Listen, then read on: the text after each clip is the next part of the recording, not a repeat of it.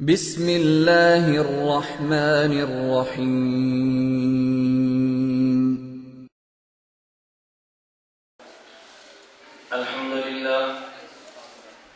الحمدللہ وحدہ لا شریک لہ والصلاة والسلام علی من لا نبی بعدہ اما بعد فاعوذ باللہ من الشیطان الرجیم بسم اللہ الرحمن الرحیم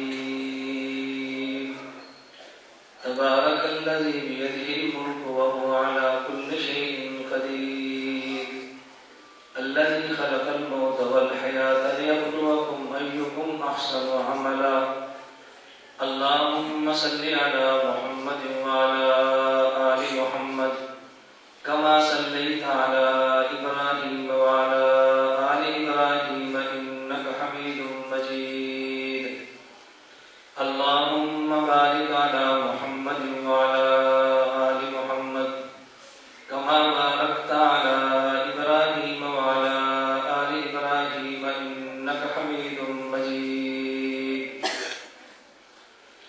سلام اس پر کہ جس نے بے قصور کی دستگیری کی، سلام اس پر کہ جس نے بے قصور کی دستگیری کی، سلام اس پر کہ جس نے بادشاہی میں فقیری کی، سلام اس پر کہ اسرار محبت جس نے سمجھائے، سلام اس پر کہ اسرار محبت جس نے سمجھائے، سلام اس پر کہ جس نے زخم کھا کر پھول برسائے، سلام اس پر جو خون کے پیاسوں کو قبائیں دیتا تھا، سلام اس پر جو خون کے پیاسوں کو قبائیں دیتا تھا، سلام اس پر جو گالیاں سن کر بھی دعائیں دیتا تھا، سلام اس پر کہ جس کے گھر نہ چاندی تھی نہ سونا تھا، سلام اس پر کہ جس کے گھر نہ چاندی تھی نہ سونا تھا، سلام اس پر کہ ٹوٹا ہوا بوریا جس کا بچھونا تھا، سلام اس پر کہ جس نے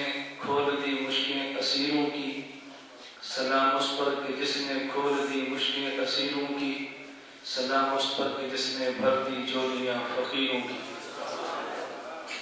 نہ میں کا ذکر نہ پینے کی بات کرتے ہیں، میں کہتے ہیں شراب، نہ ہم شرابی ہیں نہ شراب کی باتیں کرتے ہیں، نہ میں کا ذکر نہ پینے کی بات کرتے ہیں، نہ میں کا ذکر نہ پینے کی بات کرتے ہیں، ہم اہل دل ہیں اور مدینے کی بات کرتے ہیں، نہ میں کا ذکر نہ پینے کی بات کرتے ہیں، ہم اہل دل ہیں اور مدینے کی بات کرتے ہیں، وہ مردہ دل ہیں جو قائل نہیں حیات النبی کے، وہ مردہ دل ہیں جو قائل نہیں حیات النبی کے، ہم زندہ دل ہیں اور جینے کی بات کرتے ہیں۔ معزز علماء کرام، میرے نہایت واجب الاحترام بزرگوں، مسلک اہل سنت والجماعت سے تعلق رکھنے والے وجود نوجوان دوستوں اور بھائیوں، خصوصاً ہماری خانقاہ شیخ زکریا سے تعلق رکھنے والے متوسلین اور دوست احباب، مجھے 2 دن قبل یہاں خانقاہ شیخ زکریا کے خادم کا میسج دیا کہ حضرت مولانا اسد صاحب دامت برکاتہم کے والد محترم انتقال فرما گئے۔ میں نے اس کی تصدیق کے لیے مولانا اسد صاحب دامت برکاتہم کو براہ راست فون کر کے پوچھا تو مولانا نے فرمایا کہ بات تو بالکل ٹھیک ہے، انا للہ و انا الیہ راجعون، جس پر میں نے مولانا کی خدمت میں عرض کیا کہ میں چونکہ اس وقت خیبر پختونخوا کے تفصیلی دورے پر ہوں، وہاں پہ سے واپس آنا میرے لیے مشکل ہے، تو میں انشاءاللہ اگلی جمعرات کو تعزیت کے لیے آپ کی خدمت میں خانقاہ میں حاضری دوں گا۔ تو پھر مولانا نے فرمایا کہ آپ نے آنا تو ہے، تو پھر ایسا کرے مغرب کی نماز کے بعد میرا بیان ہے، اس بیان کے بعد تعزیت کی گفتگو بھی کرتے ہیں اور کچھ مسلک اور عقیدے اور سیرت کے حوالے سے 2-4 باتیں بھی کہتے ہیں۔ ہماری عادت ہے کہ ہمارا مسلک علماء دیوبند سے تعلق ہے اور مسلک کے دیوبند میں بڑوں کے ادب کو ہمیں بھرپور طریقے سے سکھایا جاتا ہے۔ میں نے اس لیے مولانا کی بات کو ٹالا نہیں بلکہ فوراً قبول کر لیا۔ فرمایا کہ آپ 8 بجے پونے 8 بجے خانقاہ پہنچیں، تو میں 8 بجے سے کچھ منٹ پہلے پہنچا ہے تو مولانا فرمایا کہ آپ گفتگو کریں، اس کے بعد پھر انشاءاللہ نماز یا دعا جو بھی معمول ہوگا۔ اللہ رب العزت حضرت مولانا کے والد محترم حاجی ملک غلام نبی صاحب رحمہ اللہ تعالیٰ کی مغفرت فرمائے، درجات بلند فرمائے، قبر منور فرمائے۔ حضرت مولانا کے والد بھی ہیں اور ہمارے شیخ حضرت مولانا عبدالرفیق مکی صاحب دامت برکاتہم سے ان کا ایک مستقل رشتہ ہے۔ اللہ ہمیں یہ بات سمجھنے کی توفیق عطا فرمائے اور ان کے جانے کے بعد ان کے جو پسماندگان ہیں ان کو صبر جمیل عطا فرمائے۔ میری عادت ہے کہ میں مختلف مواقع پر مضمون بیان کرنے سے قبل کوشش کرتا ہوں کہ مطالعہ کروں اور مطالعے میں ترجیح دیتا ہوں اپنے اکابر علماء دیوبند کی کتب، جو کچھ ہمیں اس میں ملتا ہے اور کہیں سے نہیں ملتا۔ میں جب گزشتہ رات 10 بجے گھر پہنچا تو میں نے اپنے تخصص کے استاذ کو فون کیا، خطبات حکیم الاسلام اور خطبات حکیم الامت میں سے تعزیت عنوان سے بیان تلاش کرو اور مجھے دو۔ وہ کتابیں نکال کے لے آیا تو میں نے کوشش کی کہ رات سونے سے قبل ان پوری باتوں کو پڑھوں، اس کے بعد سوؤں تاکہ کل جا کر آپ کی خدمت میں کوئی معلومات پیش کر سکوں۔ میں نے جس پہ بات کرنی ہے میں سوچ رہا تھا کہ تعزیت کے حوالے سے بات کون سی کروں، تو میرے دل میں بار بار ایک بات کا دائیہ پیدا ہوا کہ تعزیت کے عنوان پر اپنا مسلک اور عقیدہ وہ سمجھائے کہ جس میں الجھنیں ہیں اور الجھنوں کو دور کرے۔ دوران مطالعہ ایک میرے سامنے چیز ہے کہ حضرت عباس رضی اللہ تعالیٰ عنہ کا جب انتقال ہوا، ان کے لخت جگر حضرت عبداللہ بن عباس رضی اللہ عنہ کو بڑا صدمہ تھا۔ ظاہر ہے ہر بیٹے کو باپ کی موت پر صدمہ ہوتا ہے، لیکن باپ اور باپ میں بھی فرق ہوتا ہے۔ حضرت عباس رضی اللہ عنہ کی وفات پہ صدمہ تھا اور صدمہ ان کا جاری رہا تھا۔ ایک عرابی اور دیہاتی آیا۔ عرابی اور دیہاتی لوگ وہ ہیں کہ جن کی گفتگو سادی تو ہوتی ہے لیکن بڑی پائیدار اور مضبوط ہوتی ہے۔ اس عرابی اور دیہاتی نے حضرت عبداللہ بن عباس رضی اللہ عنہ کی خدمت میں 2 شعر پڑھے تعزیت کے لیے۔ وہ شعر سنے اور اس پر پھر تھوڑی سی بات سنیں۔ میں یہ شعر اس لیے پیش کرتا ہوں کہ رسول اکرم صلی اللہ علیہ وسلم کے ارشاد گرامی ہے، ان من الشعر لحکمہ، بعض اشعار میں حکمت اور دانائی ہوتی ہے اور وہ اشعار کے بغیر سمجھ کم ہی آتی ہے۔ میں اس پر ایک واقعہ عرض کرتا ہوں اشعار کی حکمت اور دانائی کے حوالے سے۔ میں ایک واقعہ عرض کروں گا کہ بات بدل نہ جائے اور مضمون لمبا نہ ہو۔ آپ حضرات نے سنا ہوگا کہ عرب میں ایک آدمی تھا، ابو حمزہ کے نام سے معروف تھا۔ اس نے شادی اور نکاح کیا تو 3-4 بچیاں پیدا ہوئیں، ایک کے بعد دیگر بیٹیاں۔ تو اس نے سوچا کہ اس عورت کو طلاق دے دینی چاہیے، اس لیے کہ اس کے ہاں سے بیٹا پیدا نہیں ہوتا۔ ہمارے یہاں بھی عام رواج ہے اگر بیٹیاں پیدا ہوں تو لوگ سمجھتے ہیں بیوی منحوس ہے۔ اس نے طلاق دینے کا ارادہ کیا اور اپنے گھر میں آنا چھوڑ دیا۔ 2-4 روز جب گھر میں نہیں آیا، ابو حمزہ کی بیوی شاعرہ بھی ہے اور نہایت عقل مند عورت بھی ہے۔ اس نے ابو حمزہ کی خدمت میں چند ایک اشعار لکھ کے بھیجے۔ ان اشعار سے آپ اندازہ کریں کہ اشعار میں کیسی حکمت اور دانائی ہوتی ہے۔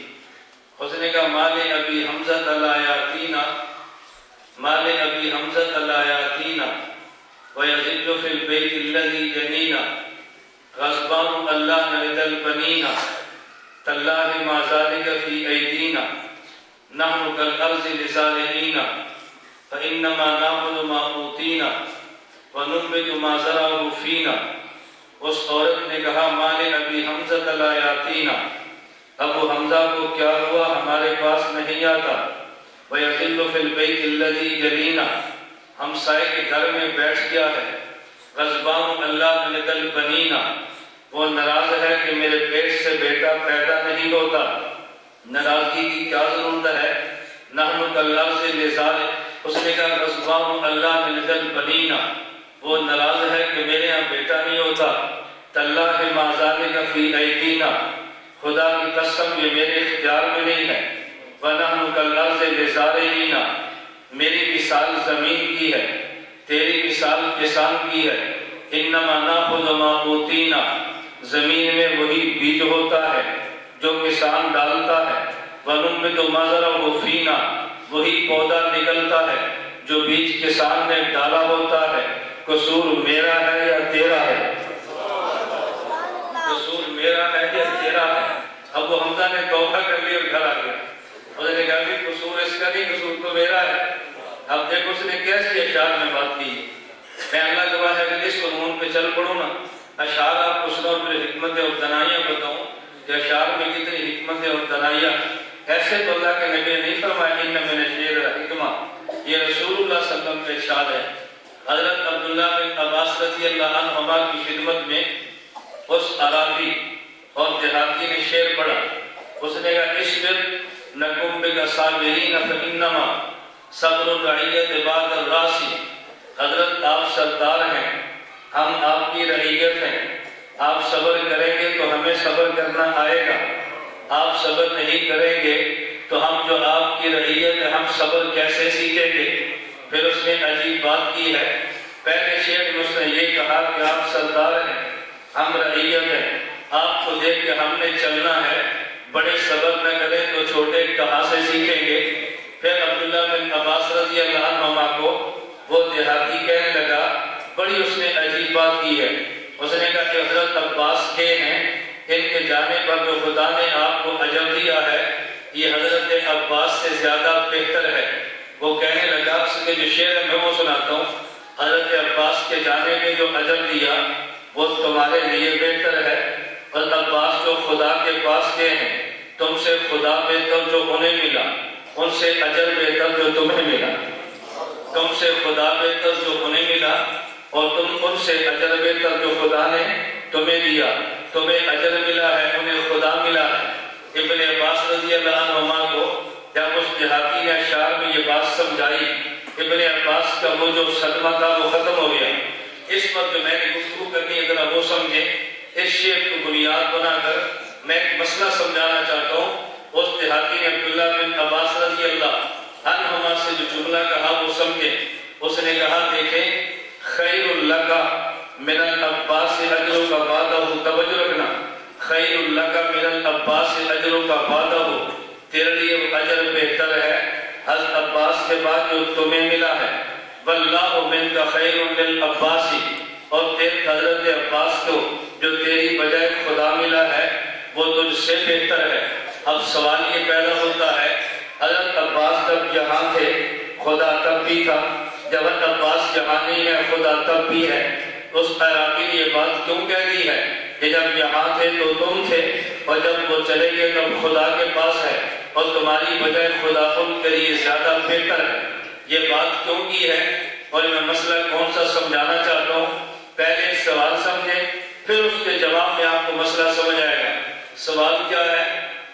عید الفطر کے موقع پر چند ایک علماء مجھے ملنے کے لیے آئے، ان میں سے ایک آدمی نے سوال کیا اور سوال کر کے کہنے لگا، توجہ رکھنا کہ تمہارا عقیدہ ہے رسول اکرم صلی اللہ علیہ وسلم اپنی قبر مبارک میں زندہ ہیں، عقیدہ ہے؟ بولیے ہے؟ ہاتھ کھڑے کرو۔ اس نے کہا تمہارا عقیدہ ہے کہ نبی کریم صلی اللہ علیہ وسلم قبر مبارک میں زندہ ہیں، تم دلیل کے طور پہ آیت پیش کرتے ہو بَلَا تَحْسَبَنَّ الَّذِينَ قُتِلُوا فِي سَبِيلِ اللَّهِ أَمْوَاتًا بَلْ أَحْيَاءٌ عِندَ رَبِّهِمْ يُرْزَقُونَ۔ توجہ رکھنا کہ جو اللہ کے راستے میں قتل ہو جائے اس کو مردہ گمان نہ کرنا، وہ تو زندہ ہے۔ اس نے کہا زندہ آپ بھی مانتے ہیں اور زندہ ہم بھی مانتے ہیں، فرق یہ ہے کہ تم زندہ اس قبر میں مانتے ہو، ہم زندہ اللہ کے پاس مانتے ہیں۔ توجہ رکھنا، تم قبر میں زندہ مانتے ہو، ہم زندہ اللہ کے پاس مانتے ہیں۔ میں نے کہا کیوں؟ کہتا ہے قرآن کریم میں ہے بل احیاء عند ربہم، وہ اللہ کے پاس زندہ ہے، یہاں تو زندہ نہیں ہے۔ میں نے اس سے پوچھا ذرا اپنی بات پہ قائم رہنا، تو نے کہا وہ اللہ کے پاس زندہ ہے، اس قبر میں نہیں ہے، مجھے بتا اللہ کہاں ہے؟ مسئلہ تبھی حل ہوگا نا، مجھے بتا اللہ، بس میں کہہ رہا تھا اس قبر میں زندہ ہے، تو نے کہا نہیں یہاں نہیں اللہ کے پاس زندہ ہے، تو میں نے کہا مجھے بتا اللہ کہاں ہے، تاکہ پتہ تو چلے کہ کہاں ہے۔ میں نے کہا بتا کیا اللہ علیین میں ہے؟ کہتا ہے نہیں۔ میں نے کہا اللہ کہاں پر ہے؟ پھر جہاں اللہ ہوگا وہاں زندہ مانو گے نا، کیا خدا قبر میں نہیں، کیا خدا علیین میں ہے؟ میں نے کہا اس سے تو وہی اچھا ہے جو یہ کہتا ہے خدا عرش پر ہے، اس نے جگہ تو بتا دی ہے، تجھے تو جگہ کا پتہ بھی نہیں چلتا، خدا کہاں ہے؟ اہل سنت والجماعت کہتے ہیں خدا ہر جگہ پر ہے، اہل الہاد کہتے ہیں خدا صرف عرش پر ہے۔ ہم عرش پر صرف خدا کو نہیں مانتے، ہم تو ہر جگہ پہ مانتے ہیں۔ میں نے کہا تو بتا خدا کہاں پر ہے تاکہ مجھے پتا چلے یہ کہاں زندہ ہے، تیرے پاس تو جواب نہیں ہے۔ میں نے کہا ذرا بات سمجھنا، جب قرآن زندہ کہتا ہے اس کا مطلب کیا ہوتا ہے؟ میں 2-3 آیتیں پڑھنے لگا ہوں تو میں زندہ کا مطلب سمجھانے کے لیے پھر اس عربی کا ذرا شیخ سمجھنا۔ آیت نمبر 1 حضرت زکریا علیہ السلام کے تربیت حضرت مریم ہے۔ حضرت مریم بیت المقدس کے حجرے میں رہتی ہے۔ زکریا علیہ السلام روزانہ کھانا لا کے حضرت مریم کو پیش کرتے ہیں۔ زکریا علیہ السلام دعوت کے لیے چلے گئے، واپس تشریف لائے آنے میں دیر ہوئی۔ جب دروازے کو کھولا حضرت مریم کے پاس بغیر موسم کے پھل موجود ہے، مریم کھا رہی ہے۔ زکریا علیہ السلام نے پوچھا یا مریم انا لک ھذا، اے مریم یہ پھل کہاں سے آیا ہے؟ مریم علیہ السلام فرمانے لگی ہوا من عند اللہ، یہ خدا کی طرف سے ہے۔ فیصلہ بات کے دوستوں مجھے بتاؤ، جو کھانا روزانہ زکریا علیہ السلام دیتے وہ بھی تو من عند اللہ تھا، جو آج پھل ملا یہ بھی تو من عند اللہ ہے، لیکن جو زکریا علیہ السلام پھل دیتے انہیں مریم یہ نہیں کہتی یہ من عند اللہ، کہتی ہے یہ آپ لائے ہیں، اور جو بغیر موسم کے ملا اسے کہتی ہے خدا نے دیا، حالانکہ جو زکریا علیہ السلام دیتے وہ بھی تو خدا دیتے تھے، وہ بھی کون دیتے تھے؟ ذرا فرق سمجھنا، مجھے تھوڑی سی تمہید میں دیر لگے گی پھر آپ کو مسئلہ سمجھ آ رہا ہے۔ چلو سیرت کا اس عنوان پہ عموماً اس مہینے میں جلسے ہوتے ہیں، میں اپنے اس طرز پر بھی دلیل حدیث سے پیش کر دیتا ہوں۔ کبھی تمہید لمبی ہوتی ہے تقریر چھوٹی ہوتی ہے، تو یہ نہ کچھ نے یہ کہا تمہید لمبی تقریر چھوٹی۔ رسول اللہ صلی اللہ علیہ وسلم نے پہلی گفتگو جب آپ نے پہاڑ پہ کھڑے ہو کے کی ہے تو فرمایا لبثت فیکم عمرا، اے مکہ والوں میں تمہارے اندر 40 سال تک ٹھہرا، هل وجدتمونی صادقا ام کاذبا، تم نے مجھے کیسے پایا ہے؟ مکہ والے کہنے لگے جربناک غیر مرہ، ہم نے بار بار آزما کے دیکھا ہے، ما وجدنا فیک الا صدقا، اے محمد تیرے اندر صداقت کے علاوہ کچھ ہے ہی نہیں۔ پھر رسول اللہ صلی اللہ علیہ وسلم نے فرمایا قولوا لا الہ الا اللہ تفلحوا، پھر کلمہ پڑھو نجات پا جاؤ گے۔ فیصلہ بات کے دوستو یہ قولوا لا الہ الا اللہ یہ میرے پیغمبر کی تقریر ہے، لیکن تقریر سے پہلے 4 جملے وہ کیا ہے؟ حضور نے فرمایا لبثت فیکم عمرا، میں 40 سال تک ٹھہرا، هل وجدتمونی صادقا ام کاذبا، مجھے تم نے کیسا پایا؟ 2 جملے نبی کے ہیں، 2 جملے مکے والوں کے ہیں، جربناک غیر مرہ، ما وجدنا فیک الا صدقا، یہ 4 جملے پہلے ہیں۔ پھر نبی نے تقریر فرمائی ہے قولوا لا الہ الا اللہ تفلحوا، تقریر کا جملہ 1 ہے، تمہید کے جملے 4 ہیں۔ تقریر کا جملہ اور تمہید کے جملے، تمہید لمبی ہے چھوٹی؟ اب میں تمہید لمبی کر سکتا ہوں نا، اس کا معنی یہ نہیں کہ بیان 1.5 گھنٹہ ہو رہا ہے، بیان چھوٹا ہی ہوگا، لیکن تمہید کی نسبت تقریر کی نسبت تمہید لمبی ہے۔ یہ سمجھ آ گئی؟ تمہید سمجھو پھر عنوان دلیل سمجھنا تو مشکل نہیں ہے۔ میں کہہ رہا تھا جب زکریا علیہ السلام ان کو پھل کھانا دیتے تو مریم علیہ السلام کیا کہتی آپ نے دیا، اور جب بغیر موسم کے ملا تو پھر بھائی جو زکریا علیہ السلام دیتے وہ بھی تو خدا ہی دے رہا تھا نا، وہ بھی آج بیان ہے، حدیث کے بعد دعا ہوگی، دعا کے بعد خانقاہ میں کھانے کا نظم ہے کہ مجھے نہیں پتا ہے؟ چلو اچھا آپ بتاؤ جب واپس جاؤ گے آپ نے کیا کہنا ہے؟ کھانا خانقاہ والوں نے دیا کہتے ہیں نا، یہ تو کوئی نہیں کہتا خدا نے دیا، حالانکہ دیتا تو خدا ہے نا، پھر خانقاہ کی بات آپ کیوں کرتے ہیں؟ توجہ رکھنا، میں اس کو یہاں چھوڑ کے آگے چلنے لگا ہوں تو ایک دلیل ذہن میں رکھیں، میں ایک آیت اور پڑھتا ہوں اچھی طرح بات سمجھیں، جو اس پر بھی چھوٹی سی بات سمجھیں۔ مجھے بتاؤ مریم علیہ السلام ولی ہے یا نبی؟ توجہ رکھنا، ولی یا نبی؟ ولیہ ہے، نبی تو نہیں ہے نا۔ حضرت مریم کے پاس پھل بغیر موسم کے عیسائیوں نے دیکھا، مسیحیوں نے دیکھا، نصارہ نے دیکھا تو ہاتھ باندھ کے مریم کے بت کے سامنے کھڑے ہیں، بت بنا لیے۔ مریم ہمیں بھی دے تو خود بغیر موسم کے کھا سکتی ہے، ہمیں بھی دے سکتی ہے۔ اور زکریا علیہ السلام نے مریم کے پاس بغیر موسم کے پھل دے کے تو سجدے میں گرے ہیں، اللہ بغیر موسم کے مریم کو دے سکتا ہے تو پھر مجھے بھی دے دے۔ بغیر موسم کے مریم کو پھل ملنا حضرت مریم کی کرامت ہے۔ پتہ یہ چلا کہ دیوبند والے ولی کی کرامت کو مانتے ہیں، لیکن فرق کیا ہے؟ ایک نظریہ اسلام کا ہے، ایک نظریہ اہل شرک کا ہے۔ مسلمان ولی کی کرامت کو مانتا ہے لیکن ولی کے خدا سے مانگتا ہے، اور مشرک ولی کی کرامت کو مانتا ہے پھر ولی سے مانگتا ہے۔ ولی کی کرامت کو دیکھ کے ولی کے خدا سے مانگنا یہ ایمان ہے، کرامت ولی کی دیکھ کے ولی سے مانگنا عیسائیت ہے۔ ولی کی کرامت کو دیکھ کے ولی کے خدا سے مانگنا اسلام ہے، اور ولی کی کرامت کو دیکھ کے ولی سے مانگنا یہ عیسائیت ہے۔ ہم کرامت ولی کی مانگتے ہیں اور ولی کے خدا سے مانگتے ہیں۔ مانگتے کس سے؟ ولی کے خدا سے۔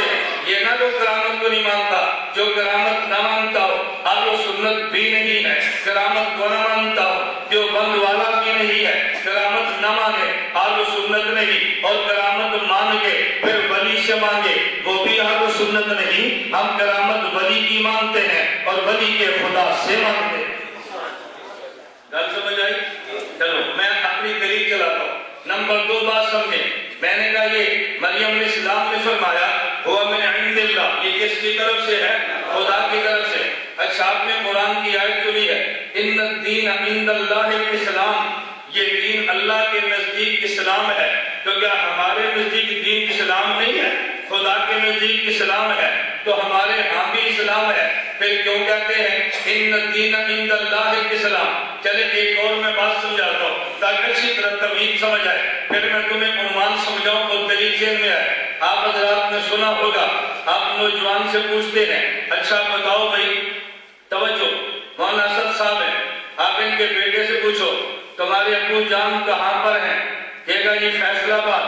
پوچھو تمہارے دادا ابو جان کہاں پر ہیں؟ تو کیا کہے گا؟ اللہ میاں کے پاس۔ کہے گا نا ابو جان کہاں پر ہیں؟ فیصل آباد۔ دادا ابو کہاں پر ہیں؟ تو کیا فیصل آباد میں اللہ نہیں ہے؟ اس کا کیا مطلب؟ ابو جان فیصل آباد، دادا ابو اللہ میاں کے پاس، حالانکہ دادا ابو تو قبرستان میں ہے۔ اس کا کیا مطلب؟ خدا قبرستان میں تو ہے لیکن خدا خانقاہ میں نہیں ہے، خدا قبرستان میں ہے، تیرے گھر میں نہیں ہے۔ اس کا مطلب کیا ہے کہ ابا جان تو فیصل آباد میں، دادا ابو اللہ میاں کے پاس۔ میں نے 3 باتیں لی ہیں، 2 آیت پڑھی ہیں اور ایک میں نے محاورہ پیش کیا ہے، توجہ رکھنا، اور ایک میں ایک تاریخی واقعہ پیش کرتا ہوں مزید عنوان کو مدلل کرنے کے لیے۔ خلیفہ ہارون الرشید نے اپنی بیوی سے کہہ دیا اگر توجہ رکھنا، اگر غروب شمس سے پہلے میری حدود سلطنت سے تو نہ نکلی تو تجھے 3 طلاق ہے۔ تھوڑی دیر کہہ لیا، پھر خلیفہ پریشان، جو کہ بادشاہ بھی سمجھتا تھا 3 طلاق دو تو 3 ہوتی ہے، بادشاہ کی بیوی بھی سمجھتی ہے 3 طلاق دو تو 3 ہوتی ہے۔ مولانا قاری فرماتے تھے ایک دور وہ تھا کہ چور بھی سمجھتا تھا کہ 3 طلاق دو تو 3 ہوتی ہے، ہر بندے کا ذہن یہ تھا کہ 3 طلاق دو تو 3 ہوتی ہے۔ تھوڑی دیر کے بعد بڑا افسوس ہوا، یہ میں نے کیا قسم اٹھا لی ہے، میری سلطنت اتنی بڑی ہے، غروب شمس سے پہلے میری بیوی سلطنت سے نکل سکتی نہیں، اس کو تو پھر طلاق پڑ جائے گی۔ پریشان ہوا، خلیفہ ہارون الرشید کی بیوی نے حضرت امام ابو یوسف کے بعد ایک خادم کو بھیجا کہ جاؤ جا کے مسئلہ پوچھ کر آؤ۔ امام ابو یوسف کے پاس وہ پہنچا، فرمانے یہ مسئلہ بڑا اہم ہے، خلیفہ کی بیگم کو خود آنا پڑے گا، پھر مسئلہ بتاؤں گا۔ اور یہ بیگم کب آئے؟ پر میں مغرب کی نماز سے تھوڑی دیر پہلے آئے، مغرب کی نماز سے تھوڑی دیر پہلے ہارون الرشید کی بیگم پہنچی۔ حضرت امام ابو یوسف نے مسجد کے کونے میں چھوٹی سی جگہ بنا دی، جیسے اعتکاف والوں کے لیے جگہ بناتے ہیں، جیسے اعتکاف والوں کے لیے وہاں جگہ بنا دی جاتی ہے، وہاں کھڑا دیا۔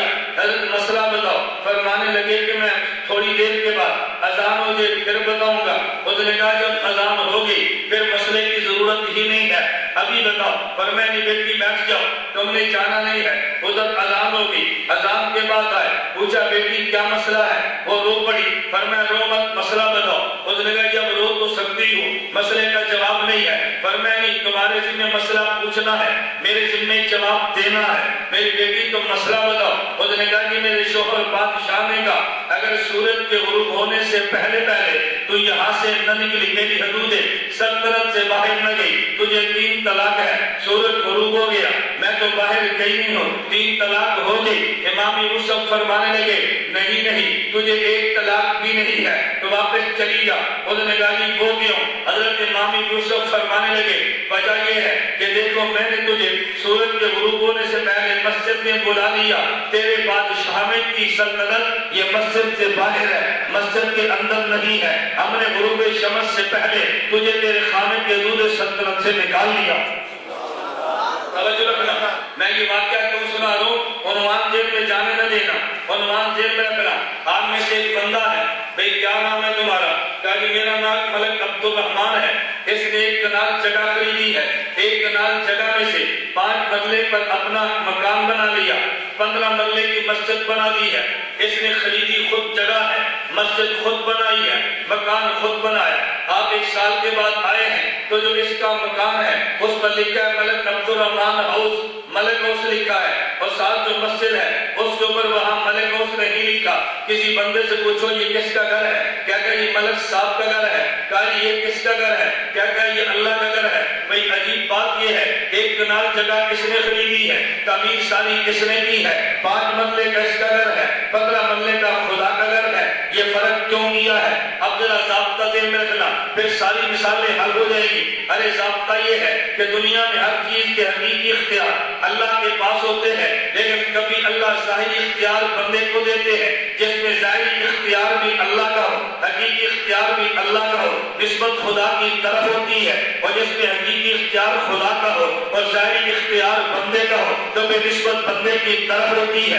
مریم علیہ السلام حجرے میں ہے، زکریا علیہ السلام کھانا لے کر آتے ہیں، چاہے تو لے کر آئیں چاہے تو نہ لے کر آئیں، اس میں زکریا کے اختیار ہے، تو مریم کہتی کھانا آپ نے دیا ہے، اور جو بغیر موسم کے پھل آیا ہے اس میں کسی کے اختیار نہیں ہے۔ فرمایا ہوا من عند اللہ، کہ میرے خدا نے دیا ہے۔ دین میں آدمی کمی بیشی نہیں کر سکتا، اگر کمی بیشی کر سکتا تو بندے کیا اسلام ہوتا، کمی بیشی نہیں کر سکتا تو صرف خدا کے ہاں اسلام ہے۔ ان الدین عند اللہ اسلام فرمایا۔ بالکل اسی طرح یہ جو 1 کنال جگہ خریدی، 5 مرلے پہ اپنا مکان بنایا، 15 مرلے پہ مسجد بنائی ہے، اپنے مکان کو بدلنا چاہے تو بدل سکتا ہے، اپنے مکان کو بیچنا چاہے تو بیچ سکتا ہے، کسی کو گفٹ کرنا چاہے تو کر سکتا ہے۔ 15 مرلے کی مسجد کی جگہ بدل بھی نہیں سکتا، ہدیہ بھی نہیں دے سکتا، اس کے حقیقی اختیار تو تھے خدا کے، ظاہری بھی خدا کے ہیں۔ تو 5 مرلے کے مکان پہ ظاہری اختیار ملک صاحب کے تھے تو یہ ملک ہاؤس ہے، اور 15 مرلے کی مسجد میں اس کے اختیار ظاہری بھی نہیں تھے تو یہ خدا کا گھر ہے۔ جب آپ نے پوچھا بیٹا ابو کہاں پر ہے؟ کیا کہ یہ خانقاہ میں ہے۔ پوچھا دادا ابو کہاں پر ہے؟ کیا کہ اللہ میاں کے پاس ہے۔ کیا مطلب؟ یہ مرضی سے خانقاہ میں آئے ہیں، مرضی سے واپس جائیں گے، لیکن دادا ابو نہ مرضی سے خدا کے پاس جا ہے نہ مرضی سے خدا کے پاس سے آئے گا۔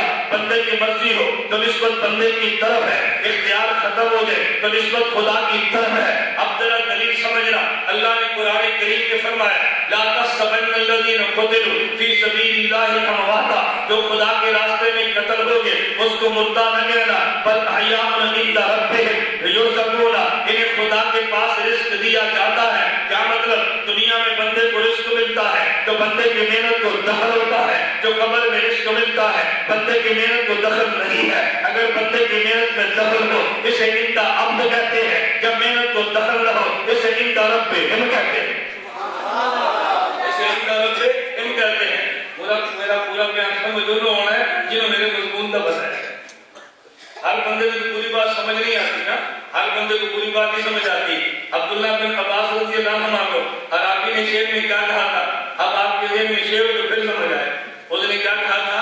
اس نے عبداللہ بن عباس رضی اللہ عنہ سے فرمایا تھا، اس نے کہا دیکھو خیر اللہ کا من العباس اجر کا بعد ہو، حضرت عباس کے جانے کے بعد جو اجر تمہیں ملا وہ حضرت عباس سے بہتر ہے، واللہ من کا خیر واللہ منک خیر للعباس، اور اللہ تم سے زیادہ عباس کے لیے بہتر ہے۔ جب یہاں عباس تھے تم بھی تھے، لیکن اب جہاں پہ عباس چلے گئے ہیں وہاں تم نہیں ہو، وہاں صرف خدا ہے، تمہارے اختیار ختم ہے، اب وہ خدا کے حوالے ہے۔ جب بندہ دنیا میں ہو اختیارات اپنے بھی ہوتے ہیں، اور جب بندہ دنیا کو چھوڑ جاتا ہے بندے کے اختیارات ختم ہو جاتے ہیں۔ میں سمجھانا یہ رہا تھا، تعزیت کا جو شعر پڑھا تھا میں نے اس شعر پہ بات کرتے ہوئے عقیدے کے مسئلے کو بیان کیا ہے۔ اہل سنت والجماعت کا عقیدہ ہے کہ جب بندے کی روح نکلتی ہے بندے کی رائے کو کوئی دخل نہیں ہے، جب روح واپس آتی ہے بندے کی رائے کو پھر بھی کوئی دخل نہیں ہے، جب بندہ قبر میں چلا جائے اس سے پھر 3 سوال کیے جاتے ہیں۔ نمبر 1 من ربک کا، بتا تیرا رب کون ہے؟ من نبیوں کا، بتا تیرا نبی کون ہے؟ ما دینوں کا، بتا تیرا دین کیا ہے؟ اس سے پچھلے سوال کا جواب دیا ربی اللہ، میرا رب اللہ ہے۔ پھر جواب دیا نبی محمد صلی اللہ علیہ وسلم، میرے نبی حضرت محمد صلی اللہ علیہ وسلم ہے۔ دین یک اسلام، میرا دین اسلام ہے۔ فیصلہ بات کے سنیو، ذرا عقیدے کو سمجھنا۔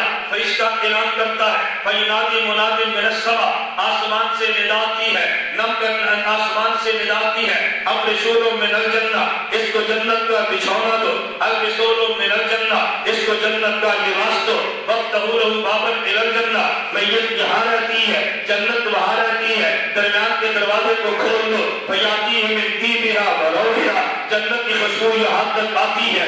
اس لیے فرمایا یہ قبر جنت کے باغوں میں سے باغ ہے، اور اگر یہ برا ہے تو پھر اعلان ہوتا ہے افرشوا من النار، اس کو جہنم کا بچھونا دو، البسوا من النار، جہنم کا لباس دو، وافتحوا له بابا الى النار، میت یہاں رہتی ہے جہنم وہاں رہتی ہے، درمیان کے دروازے کو کھول دیتے ہیں، فیاتیہ من سمومها، جہنم کی گرم ہوا یہاں تک آتی ہے۔ ذرا جملہ سننا، پھر فرشتہ نیک میت کو کہتا ہے نم کنومت العروس، نم کنومت، توجہ، نم کنومت، تجھے سبحان اللہ آپ کہنا ہے کہ جملے کا مطلب جو نا میں سبحان اللہ نہیں کہلواتا، میں وہ خطیب ہی نہیں، میں تمہارے سبحان اللہ کے محتاج ہی نہیں ہوں، میں کبھی کسی بیان میں نہیں کہتا سبحان اللہ کو، کیوں؟ کہلوا کے سبحان اللہ کون سا کمال ہے؟ جب میں نے اس حدیث کو سمجھانا ہے نا تم نے خود سبحان اللہ کہنا ہے۔ ابھی تو میں نے جملہ پڑھا، میں نے سمجھایا تو نہیں ہے نا، ذرا نبوت کا جملہ سمجھنا۔ فرشتہ کیا کہتا ہے نم کنومت، بولو نم کنومت، سو جا جیسے پہلی رات کی دلہن سوتی ہے، سو جا جیسے پہلی رات کی۔ میں سوال اٹھانے لگا ہوں، فرشتہ کہہ سکتا تھا سو جا، یہ کیوں کہتے ہیں دلہن کی طرح؟ نہیں سمجھے؟ جملہ سمجھے نا، نبوت کے جملے ہیں، میرے مزاج میں لطیفہ کوئی نہیں ہے، میں جو حضور کا جملہ سمجھا تو وہ سمجھنا، رسول اللہ صلی اللہ علیہ وسلم کی کلام کی بلاغت سمجھنا۔ فرشتہ یہ نہیں کہتا نم سو جا، فرشتہ کہتا ہے نم کنومت العروس، ایسے سو جا جیسے پہلی رات کی دلہن سوتی ہے۔ یہ سونے والے کو دلہن کی طرح کیوں کہا ہے؟ توجہ رکھنا، کیوں کہا ہے؟ نمبر 1 وجہ، دلہن کی طرح کہنے کی وجہ یہ ہے عورت جوان بھی ہو، عورت مالدار بھی ہو، عورت خاندان والی بھی ہو، عورت کو ساری دنیا کی نعمتیں مل جائے، لیکن عورت کا فطری سکون، توجہ رکھنا، وہ دولت میں نہیں ہے، بڑے خاندان میں نہیں ہے، عورت کا فطری سکون خدا نے شوہر کے پہلو میں رکھا ہے۔ فرشتہ بھی کہتا ہے تو عابد بھی تھا، میں نے مانا تو زاہد بھی تھا، ہم نے مانا تو حاجی بھی تھا، ہم نے مانا تو مجاہد بھی تھا، لیکن جس طرح عورت کا فطری سکون شوہر کے سکونوں کے پہلو میں ہے، اسی طرح مومن کا فطری سکون یہ قبر کے پہلو میں ہے۔ وہ شوہر کے پہلو میں جائے اسے سکون ملتا ہے، مومن کے قبر کے پہلو میں سکون ملتا ہے۔ دلہن کی طرح سو جا۔ ذرا دوسری تشبیہ اس سے بھی آگے سمجھنا، توجہ رکھنا، ذرا آگے چل۔ فرشتہ کہتے ہیں دلہن کی طرح سو جا، یہ کیوں کہتا ہے؟ مسئلے کو سمجھنا، یہ کیوں کہتا ہے؟ ایک بندے کا دل کرتا ہے میں فلاں عورت کو دیکھوں، نہیں دیکھ سکتا، خدا سے بھی ڈرتا ہے، معاشرے سے بھی ڈرتا ہے، دل کرتا ہے فلاں عورت کو خط لکھو، نہیں لکھ سکتا، خدا سے بھی ڈرتا ہے، معاشرے سے بھی ڈرتا ہے، دل کرتا ہے اس کو فون کرو، نہیں کر سکتا، خدا سے بھی ڈرتا ہے، معاشرے سے بھی ڈرتا ہے، توجہ رکھنا، دل کرتا ہے میں میسج کروں، نہیں کر سکتا، خدا سے بھی رکھتا ہے، معاشرے سے بھی رکھتا ہے، دل کرتا ہے میں اس کو پکڑ لوں، ہاتھ نہیں لگا سکتا، خدا سے بھی رکھتا، معاشرے سے بھی پکڑ رکھتا ہے۔ فیصلہ باد کے سنی ذرا نبی کے جملے کو سمجھنا، وہ آدمی جو عورت کو دیکھنے سے، عورت کو چھونے سے ڈر رہا تھا معاشرے خدا سے، اگر وہی عورت صحیح کلمہ نکاح کے ساتھ اس کے پاس آ جائے، معاشرہ باہر موجود ہے، خاندان باہر موجود ہے، ماں اور باپ باہر موجود ہے، لیکن اب کوئی ڈر نہیں ہے، صحیح کلمہ نکاح کے ساتھ جو آئی ہے بالکل اسی طرح قبر ظلمت کا گھر ہے، ڈر لگتا ہے، قبر کیڑے کا گھر ہے، تجھے ڈر لگتا ہے، قبر طریقی کا گھر ہے، تجھے ڈر لگتا ہے، قبر خلوت کا گھر ہے، تجھے ڈر لگتا ہے، لیکن کلمہ ایمان کے ساتھ آ گیا، کوئی ڈر نہیں، عورت کو دیکھنے سے بھی ڈرتا تھا، کلمہ نکاح سے آ گئی، کوئی ڈر نہیں ہے، قبر میں جانے سے ڈر لگتا ہے، کلمہ ایمان سے آ کوئی ڈر نہیں،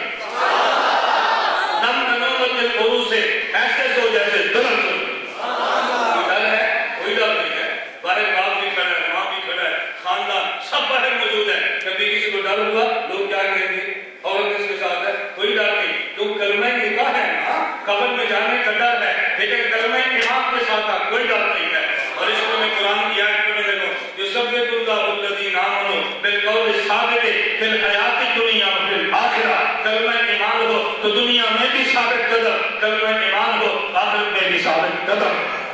اللہ مجھے اور آپ سب کو کلمہ ایمان عطا فرمائے، دنیا میں بھی آخرت میں بھی۔ خانقاہوں میں کیا سکھاتے ہیں؟ لا الہ الا اللہ، یہ کیوں سکھاتے ہیں؟ تیرا مزاج بن جائے، جب مزاج بنتا ہے نا بندے کا، پھر گاڑی میں بیٹھو ایکسیڈنٹ ہو گاڑی بیٹھے کہتے ہیں کہ فوراً خود جب کلمہ پڑھنے کا مزاج بن جائے، گاڑی میں لا الہ الا اللہ، حادثہ لا الہ الا اللہ، بیماری لا الہ الا اللہ، جب مزاج بنے گا نا چھوٹی سی تکلیف پہ کلمہ پڑھنے کا تو مرنے لگے گا، فوراً کہے گا لا الہ الا اللہ۔ ادھر پیغمبر کا ارشاد رہے گا من کان آخر کلامہ لا الہ الا اللہ دخل الجنہ، ادھر سے زبان سے کلمہ ہے کہ جنت میں۔ لوگ کہتے ہیں خان کا کیا سکھاتی ہے، میں کہتا ہوں تیری آخرت کی زندگی بناتی ہے، اور تجھے کیا سکھائے؟ خانقاہ میں آ، تیرا تزکیہ ہے، زبان پہ کلمہ پڑھ کے تو سیکھ، کلمہ زبان میں کبھی اللہ میں بات سمجھنے کی توفیق عطا فرمائے۔ نیکسٹ ٹائم اتنی بات کہہ رہا تھا، اللہ ان کے درجات بلند فرمائے، اللہ مرحوم ملک غلام نبی الحاج اللہ ان کی قبر کو منور فرمائے، اللہ ان کے درجات بلند فرمائے، اللہ پاک عثمان خان کو صبر جمیل عطا فرمائے، مولانا اسد مکی دامت برکاتہم، شیخ مولانا عبد الرفیق مکی دامت برکاتہم، اور دیگر ان کا جتنا خاندان ہے، ان کے دینی کارنامے سب کے سامنے ہیں۔ ان کا احسان ہے مکہ سے چلتے یہاں آتے ہیں، ذکر بھی کراتے ہیں، کھانا بھی کھلاتے ہیں، ذکر بھی اور ساتھ کھانا، دونوں چیزیں۔ اللہ ان کی جزائے خیر عطا فرمائے۔ آپ دعا فرمائے شیخ رحمۃ اللہ علیہ کی یہ خانقاہ آباد اور شاد رہے، اللہ اس کے فیض کو پوری دنیا میں عام فرما دے۔ میری آپ سے گزارش ہے بھائی آگے آنے والا دور الیکشن کا دور ہے، بہت مدری کی صورت بھی ہو جائے، ہم آپ سے گزارش کرتے ہیں آپ کے علاقے میں کینڈیڈیٹ اگر مسلمان صحیح کھڑا ہو اپنا ووٹ اس کے کھاتے میں ڈالو۔ میں آج شاید کچھ کہہ رہا تھا کہ میں گزشتہ دن وہاں گیا ہوا تھا دبئی میں، تو مجھے ایک ساتھی کہنے لگے کہ یہ مسجد جماعتوں میں اتحاد ہو سکتا ہے۔ میں نے مزاق میں کہا، میں نے کہا نہیں، کہتے پھر تو بڑی افسوس کن بات ہے۔ میں نے کہا ہو تو سکتا ہے اگر آپ چاہیں تو۔ مجھے کہتے ہیں کیسے؟ میں نے کہا بڑی مسجد آپ کے تبلیغی جماعت کی ہے اور اسی طرح جمعیت علماء اسلام کی سیاسی جماعت ہے یا مجاہدین کی جماعت ہے، اتحاد کیسے ہوگا کہ جب رائے کے دن آئے ہم سب رائے پہنچ جائیں، اور جب الیکشن کے دن آئے سارے ووٹ جمعیت کو دے دیں، اور جب مجاہدین آئے تو ان سے کچھ نہ کریں تو دعا کریں قابل کر دے۔ اتحادی اتحاد ہے، اسی کا نام اتحاد ہے۔ تو میری آپ سے گزارش ہے ہمیں اس بات کا بھرپور خیال کرنا چاہیے، اور میری معلومات کے مطابق تو ہمارے حلقے سے ہیں بھی غالباً سید زکریا شاہ صاحب ہے، ہمارے بزرگوں کی اولاد ہے، چھوٹی بڑی کچھ کمیاں بھی درگزر کرنا سیکھا کرو۔ اللہ پاک ہم سب کو راہ راست پہ چلنے کی توفیق عطا فرمائے۔ وآخر دعوانا الحمدللہ رب العالمین۔ ایک ساتھی نے چڑھ لکھی ہے نبی کریم صلی اللہ علیہ وسلم کی ولادت کب ہوئی، بعض نورب کے لوگوں کو کہتے ہیں، بعض دوارا اس کے بارے میں وضاحت کریں۔ ایک مسئلہ اقوال کا، ترجیح جو ہے وہ نورب کے لوگوں کا ہے۔ نبی کریم صلی اللہ علیہ وسلم کا جنازہ ہوا تھا، جانب ہوا تھا تو کس نے پڑھایا تھا؟ بھئی جنازہ تو اس کو ہوتا ہے کہ اس کے پورے جسم پر موت آ جائے، حضور کے قلب بہتر میں روح باقی ہے، قلب بہتر سے حیات کا تعلق موجود ہے، اس لیے امت کی طرح جنازہ نہیں تھا۔ صحابہ قبر مبارک جہاں کی روزے میں جاتے، کلمہ درود پڑھتے واپس آتے، درود شریف پڑھتے واپس آتے، درود شریف پڑھتے اور واپس آتے۔ اس سے پتہ چلا کہ صحابہ نے درس کیا ہے کہ جب روزے پر